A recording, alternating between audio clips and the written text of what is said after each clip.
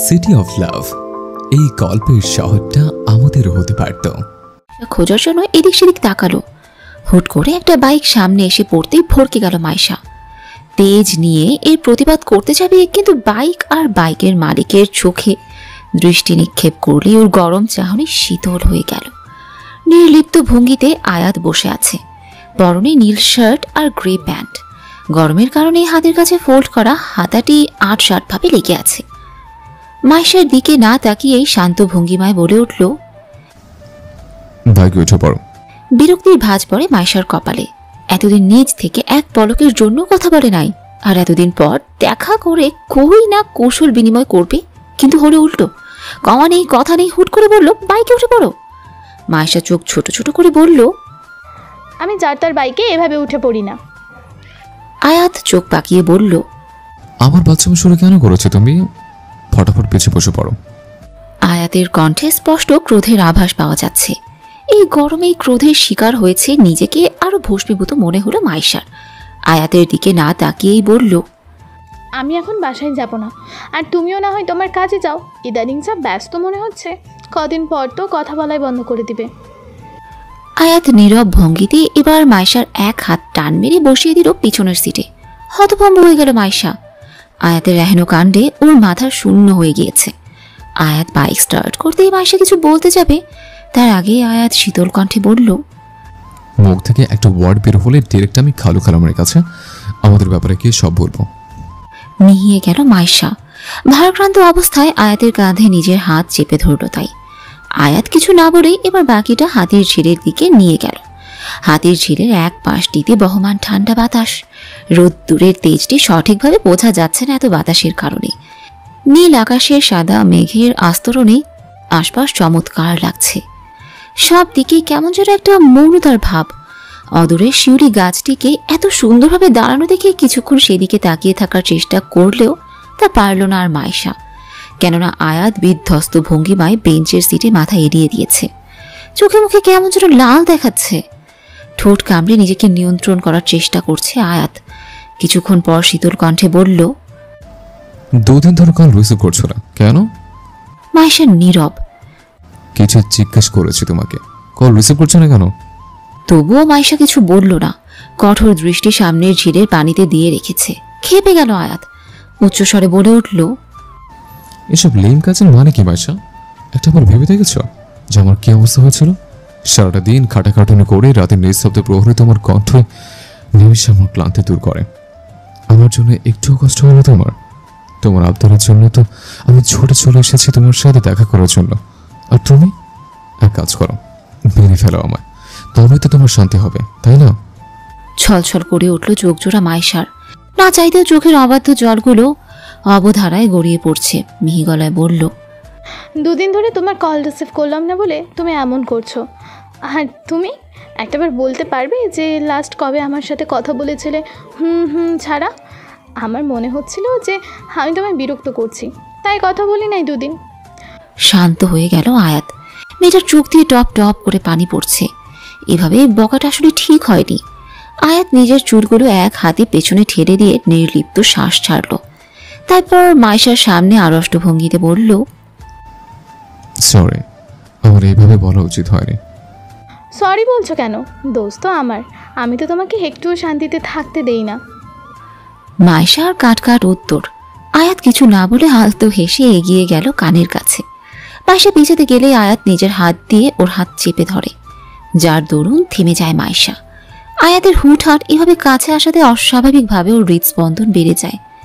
এই কাছে আসাতে কোনো অপ্রীতিকর দৃশ্য বা অশ্লীলতা নেই, আছে শুধু না জানা কয়েক খণ্ড অনুভূতি। আয়াতের মাইশার কানের কাছে ফিসফিসিয়ে বলল, ঠিকই তো বললাম, আমি তুমি শান্তিতে থাকতে দাও না। এই অবদ্ধ মনটা সবসময় অসময় শুধু মায়ের নামটা উচ্চারণ করতে থাকে। আর আমার সাথে কথা না বলে কি মজা পেয়েছিলে তুমি? জানো আমার কি অবস্থা হয়েছিল?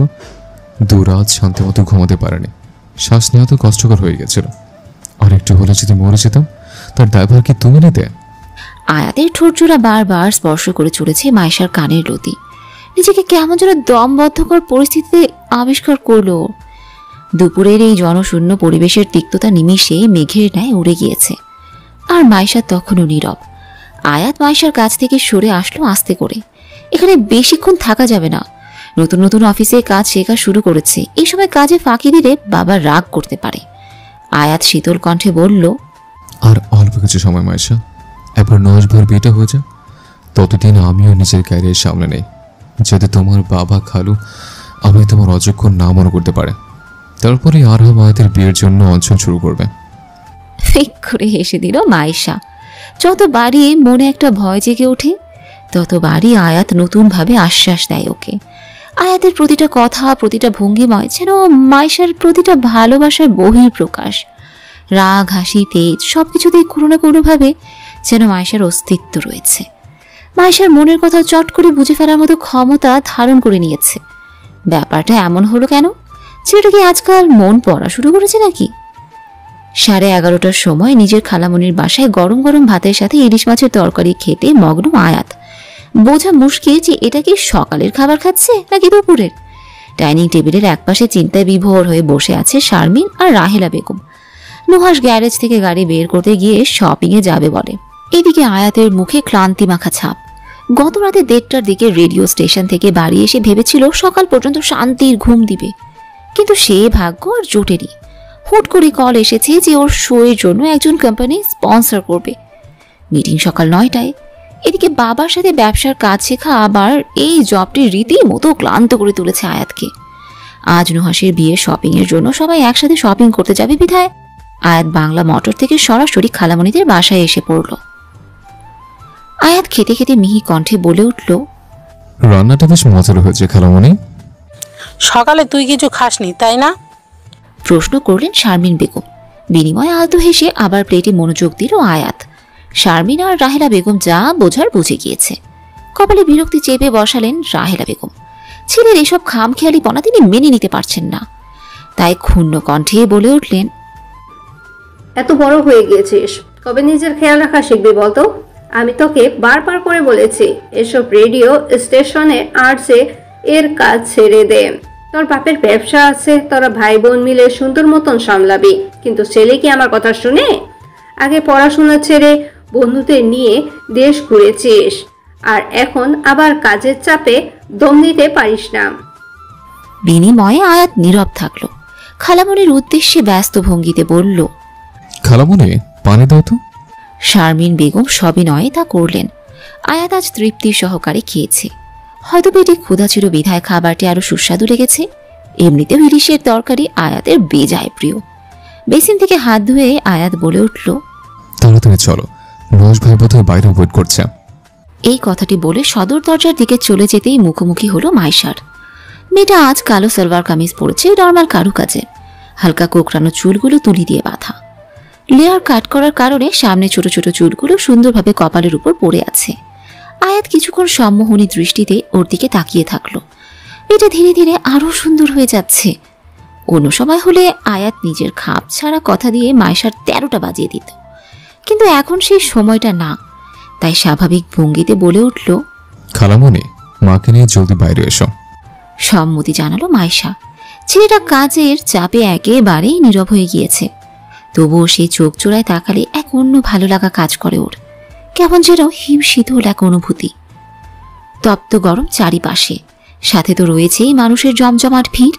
বসুন্ধরা মার্কেটের উল্টো পাশে যে ফার্নিচারের দোকানগুলো আছে সেখানে গাড়ি থামালো নুহাস। সাথে সাথেই বেরিয়ে পড়লো শারমিন, রাহেলা বেগম আর মাইশা। নুহাসের গাড়ির পেছনেই আয়াত নিজের বাইক থামালো। বেচারায় তপ্ত রোদে ঘামে একটু ভেজেই গিয়েছে।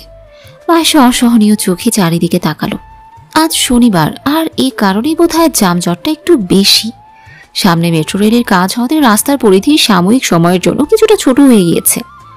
আয়াত অসহনীয় কণ্ঠে মাইশাকে বলে উঠল, মনে কি তোমার মায় বাবা তো নেই? তোমার সামনে হ্যান্ডসাম ছেলেটা গরমে অতিষ্ঠ হয়ে পড়েছে, আর আমার সামনে ঢকঢক করে পানি খাচ্ছ তুমি? তোমার তো গর্দান কেটে ফেলা উচিত। অবাক হলো মাইশা। আসলে তেষ্টার কারণে পানি খাচ্ছিল। তার মধ্যে আয়াত এটা বলবেও ভাবতেও পারেনি। শারমিন বেগম চোখ গরম করে মাইশাকে বলল, আসলেই তো, তুই এসির হাওয়া খেতে খেতে এসেও গরমের জন্য পানি খাচ্ছিস। আর ভাব এই বেচারা কি অবস্থা, ওকে পানিটা দিলে কি হতো? আবার এমন করলে সবার সামনে তোর কান মোলা দেব কিন্তু। এমত অবস্থায় মাইশা এগিয়ে গেল আয়াতের দিকে। চোখ জোড়া আম্মুর কড়া কথায় ক্রমশ ছোট হয়ে এসেছে। নিজের হ্যান্ডব্যাগ থেকে পানির বোতল বের করে বলল, এই নাও। নির্বিকারভাবে সেই পানি নিয়ে এক চুমুকে শেষ করে ফেলল আয়াত। তারপর পকেট থেকে রুমাল বের করে সন্তর্পণে মুছে নিল নিজের মুখটি। এদিকে সবাই রাস্তা পার হয়ে ওপারে শপিং মলে প্রবেশ করেছে। নুহাস গাড়িটা ইউটার্ন মেরে মার্কেটের গ্যারেজে গাড়িটা পার্ক করার জন্য চলে গেল। তবে আয়াত এখানকার এক পরিচিত দোকানের সামনে নিজের বাইক রেখে এসেছে। পান্থপথের এই রাস্তাগুলো একটু বিপজ্জনক। এখানে প্রচণ্ড গাড়ি চলাচল হয়, বিধায় রাস্তা পার হওয়ার সময় একটু অসাবধান হলেই বড় ধরনের কোনো দুর্ঘটনা ঘটে যেতে পারে। তাই রাস্তা পার হবার সময় আয়াত চক্ষুর অগোচরে হাত আঁকড়ে ধরল মাইশার। ঘটনায় স্তম্ভিত হয়ে মাইশা যখন অবাক চাহনি স্বরূপ আয়াতের দিকে তাকালো, আয়াত শীতল কণ্ঠে বলল, আমার দিকে না তাকিয়ে রাস্তা পারাপারে মনোযোগ দাও। ছেলেটার কণ্ঠে ওর জন্য হৃদয়ে টান অনুভব করলো মাইশা। যেন মাইশা অল্প বয়সী এক কিশোরী। আয়াতের স্পর্শে যত্ন আছে, আছে কিছু অব্যক্ত কথা যা বিক্ষিপ্ত। আমি আছি তোমার পাশে। বসুন্ধরা শপিং কমপ্লেক্সে প্রবেশ করতে এক শীতল হাওয়া সবাইকে আবদ্ধ করে নিল। বাইরে থাকা তপ্ত গরমে জর্জরিত হওয়ার পর এসির ঠান্ডা হাওয়ার সংস্পর্শে মুহূর্তেই সকলে শীতল হয়ে গিয়েছে। গ্রাউন্ড ফ্লোরের সেন্ট্রাল পয়েন্টে বেশ কয়েকটা মোবাইল আর বিউটি প্রোডাক্টের স্টল বসেছে। বলা বাহুল্য আজ অর্পির পরিবারও আসবে শপিং করতে, সাথে শাওনও। শাওন প্রথমে অগ্রাহ্য করেছিল যে ফ্যামিলি অনুষ্ঠানে ওর কাজ কি, কিন্তু রাহেলা বেগমের কথা শাওন অমান্য করতে পারেনি। কেননা রাহেলা বেগম শাওনকে নিজের আয়াতের থেকেও বেশি স্নেহ করেন। আয়াতের ভবঘুরে স্বভাব আর খাম খেয়ালি শাওনই আয়াতকে সব সময় টেক কেয়ার করেছে। এমনকি শাওনের স্মোকের বদভ্যাস। সবাই একটু নাখোশ হলেও আয়াত ওকে সুযোগ দেয় মাঝে মাঝে। ওদের দুজনের পছন্দ চলাফেরা সব কিছু ভিন্ন হলেও একে অপরের জন্য প্রাণ ছিটিয়ে দিতে পারবে দুজনে। কাকতালীয়ভাবে নুহাস, মাইশা, আয়াত, রাহেলা আর শারমিন বেগম আইসক্রিম বারের সামনে অর্পি আর ওর পরিবারের সাথে শাওনকে পেয়ে গেলেন। শাওন মূলত ওদিকে আলাপ চালাচ্ছে আনান আর সামাদের সাথে। ওদেরকেও অর্পির সাথে আসতে দেখে খানিকটা অবাক হলো নুহাস আর মাইশা। নুহাস বিড়বিড়িয়ে মাইশাকে বলল, এই ব্যাটারিগুলো অর্পির সাথে কি করছে? মাইশা তাজ্জব বনে গেল। ও মা, তো অর্পির ফ্রেন্ডরা অর্পির সাথে থাকবে না? ওরা তো তোর ফ্রেন্ড। মুখ কালো করে ফেললো মাইশা, মনে মনে বলল, তোমারে কি করে বলি যে তোমার ভয়ে এগুলোর একটা পিসও বরপক্ষে সামিল হবে না। কথাটা মনের মধ্যে চেপে রাখলো মাইশা। সবার সাথে কুশল বিনিময় সম্পন্ন হলে সুনিপুণ ভাবে অর্পির সাথে অর্পির মা 7-এ পড়ুয়া ছোট বোন অরে এসেছে। সবার মুখে আনন্দের বহিঃপ্রকাশ থাকলে অর্পি কিছুটা অপ্রস্তুত হয়ে আছে। নুহাসের সাথে চোখাচোখি হলেই ওর শরীরে বারবার হিম ধরে যায়। জুয়েলারি কেনার সময় নুহাস নির্বিকার ভঙ্গিমায় নানা অজুহাতে অর্পির সাথে কথা বলার চেষ্টা করেছিল, কিন্তু অর্পি ততবারই আল্লাহ আল্লাহ করে বেঁচে যায়। অর্পি এবার পৃথা আর মাইশাকে দেখে বলল, বইন আমারে বাঁচা, নুহাস ভাই ফাইবিকলের মতো আমার সাথে চিপকাই চিপকাই ঘুরতেছে। পৃথা আজব ভঙ্গিতে অর্পির চশমা ঠিক করতে করতে মাইশাকে বলল, নে মাইশু, এতদিন জানতাম এই মাইয়ারা শুধু চোখের সমস্যা, মাথায় যে সমস্যা এটাই কি আর জানতাম? আরে ওই গবেট, তোর হবু জামাই তোর সাথে চিপকা ঘুরবো না তো কি আমার সাথে চিপকা ঘুরবো? সামাদ চোখ গরম করে তাকাতে জিভ কাটল পৃথা। কানে হাত দিয়ে বলল, সরি জানু, আমি তো জাস্ট কথার কথা বললাম। এদিকে আনান মহা বেচারা তো পড়েছে মহা ফ্যাসাদে। এতক্ষণ অর্পির মতো নুহাসের চোখের আড়ালে আড়ালে ঘুরছিল আনানো, যাতে নুহাস কোনো ক্রমে ওর সাথে কোনোভাবে কথা না বলতে পারে। কিন্তু ভাগ্য বোধহয় ওর সঙ্গ দেয়নি। নুহাসের প্রখর ডাকে সাড়া দিতে হলো না চাওয়া সত্ত্বেও। মিনমিনিয়ে বলে উঠল, ভাই কিছু বলবেন? নুহাস আয়াত আর শাওনের সাথে ওর জন্য শেরওয়ানি দেখতে মগ্ন। আনানের দিকে না তাকিয়েই বলল, কি ব্যাপার আনন্দ, ইদানিং তোমায় দেখা যায় না যে? আনান মিকি হাসি দিয়ে বলল, ওই যে ভাই, পড়াশোনার প্যারায় আছি। আল্লাহ তোমায় তবে দায়িত্ব জ্ঞান একটু দিয়েছে। এবার যে কথার জন্য ডেকেছি সেটা শোনো। আমার বিয়েতে ইভেন্টের সব কাজ সামলানোর দায়িত্ব তোমার। আনানের মাথায় এবার যেন আকাশ ভেঙে পড়ল। কোনো মতে শুকনো ঢোক গিলে বলে উঠল, কি কি বললেন ভাই? আমি এ কাজ করতে পারবো না। কিন্তু কেন? নুহাস প্রখর কণ্ঠে বলে উঠল, আমি তো কোনো পক্ষেই হব না ভাই। আমার ফ্রেন্ডের বিয়ে, কত প্ল্যান আছে। জামাইয়ের জুতা মানে জুতা সাফ করব, বরপক্ষের সেবা। সেটা না হয় বরপক্ষের লোক হয়ে করো, তাছাড়া আমাদের তো ডেস্টিনেশন ওয়েডিং হবে, সুতরাং ওই দিকটা সামাদ আর এদিকটা না হয় তুমি সামলাও। বেচারা আনান শুধু পারছে না কাঁদতে, এদিকে শাওন আয়াত দুজনেই মুখ টিপে হাসছে আনানের এই অবস্থা দেখে। শাওন তাই আয়াতকে মিনমিনিয়ে বলল, এই ছোক ভাই বিয়ে করে যদি 10 বাচ্চার বাপও হইয়া যায় না, তবুও নুহাস ভাইরে দেখলে বউয়ের আঁচলে মুখ লুকায়া রাখবো। সবার কেনাকাটা ইতিমধ্যে হয়ে গিয়েছে। মায়েশা এই পর্যন্ত যে কয়টি জামা নিল সব ছিল আয়াতের পছন্দ মতো। আয়াত একটা বারও সবার সামনে মুখ ফুটে কিছু বলেনি, বলেছে চোখের ইশারায়। মায়েশা মানতে বাধ্য যে আয়াতের পছন্দ দুর্দান্ত। সাথে মায়েশা অবাক না হয়েও যেন পারল না আয়াতের গুপ্ত অ্যাক্টিং প্রতিভা দেখে। এই ছেলেকে দেখে কেউ কি বলবে যে সামনে সে যতটা ইনোসেন্ট সেজে থাকে ভেতরে ভেতরে ততটাই লুচুবাগ? মায়েশা শুধু ভাবে আয়াতের ভরসায় এই পর্যন্ত আম্মু বহুবার ওকে এদিক ওদিক পাঠিয়েছে যাতে কোনো ছেলের সাথে প্রেম না করতে পারে।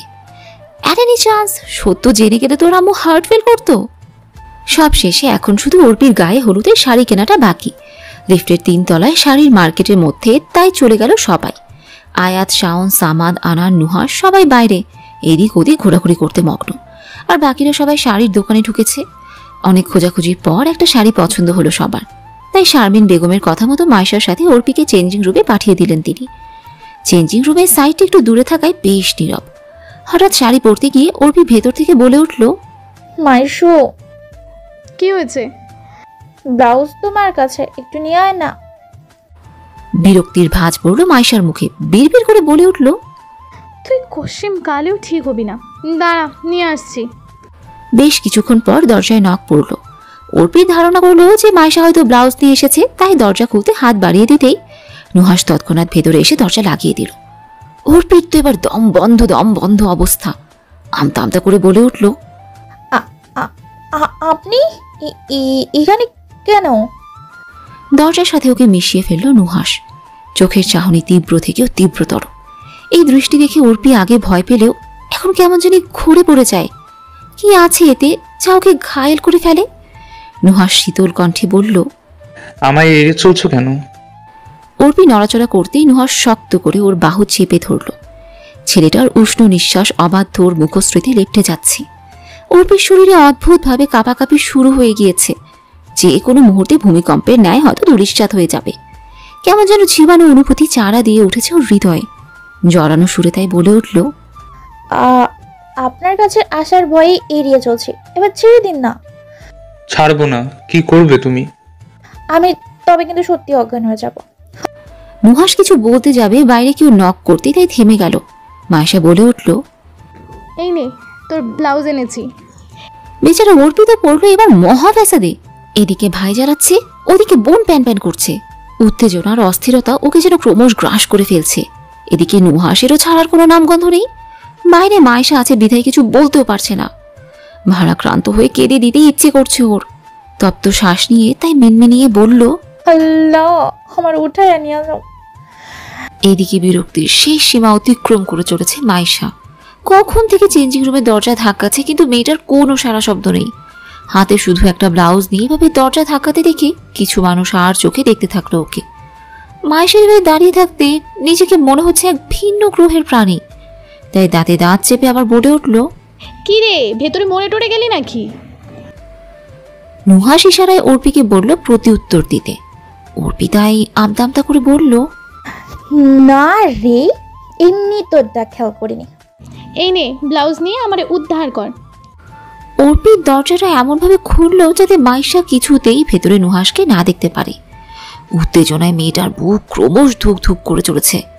মাইশার হাত থেকে 2 সেকেন্ডের ব্যবধানে ফট করে ব্লাউজটা নিয়ে হাতিয়ে নিল। নুহাস অপর পাশে হাত ভাঁজ করে দেখে চলেছে অর্পির উদ্ভট কার্যকলাপ। নুহাসকে ভাবে তাকিয়ে থাকতে দেখে অর্পি ভেড়া চাকা খেয়ে গেল। নুহাস হয়তো মাইশার সরে যাওয়ার অপেক্ষায় আছে যাতে চেঞ্জিং রুম থেকে বের হতে পারে, কিন্তু সেটা সে প্রকাশ করল না। বেচারি অর্পি শূন্য মস্তিষ্কে এক হাতে ব্লাউজ আর শাড়ি নিয়ে দাঁড়িয়ে আছে। এছাড়া আর করবেই বা কি? নুহাসের সামনে তো আর মেয়েটার শাড়ি পরে দেখতে পারবে না। আপনি কেন যেখানে আসতে গেলেন? অর্পির নিম্ন মাত্রার ফিসফিসানো কণ্ঠ, যাতে ভাষা কিছুতেই বাইরে থেকে কোনো ধারণা করতে না পারে। অর্পির কথার ধরন দেখে ঠোঁটে বিস্তৃত হাসি ফুটে উঠল নুহাসের। এমন হাসি দেখে অর্পির গলা যেন তটস্থে আরো মরুভূমির রূপ ধারণ করেছে। অর্পির থেকে দ্বিগুণ মাত্রায় ফিসফিসিয়ে নুহাস বলে উঠল, তো তুমি কি এখন চাইছো আমি যেন এখান থেকে বের হয়ে যাই? আঁখি চূড়ায় যেন তুমুল ঝংকার উঠল অর্পির। এই মেয়ের এমনিতেও শূন্য বুদ্ধি নিয়ে চলাফেরা করে, তার উপর এমন অস্বস্তিকর পরিবেশে মাথার স্নায়ু রীতিমতো উত্তেজনায় যেন ডুঙ্গি ডান্স করছে। একটা উচ্চস্বর বের হয়ে এলো ওর মুখ দিয়ে। এই যে শুনছো মাই প্রিয় শ্রোতা বন্ধুরা, তোমরা শুনছো সিটি অফ লাভ প্রেরিত প্রেমে সিক্ত গল্প। আর আমাদের সাথে পথ চলতে do like, comments and share. আর সাবস্ক্রাইব করতে কিন্তু একদম ভুলবে না। টাটা।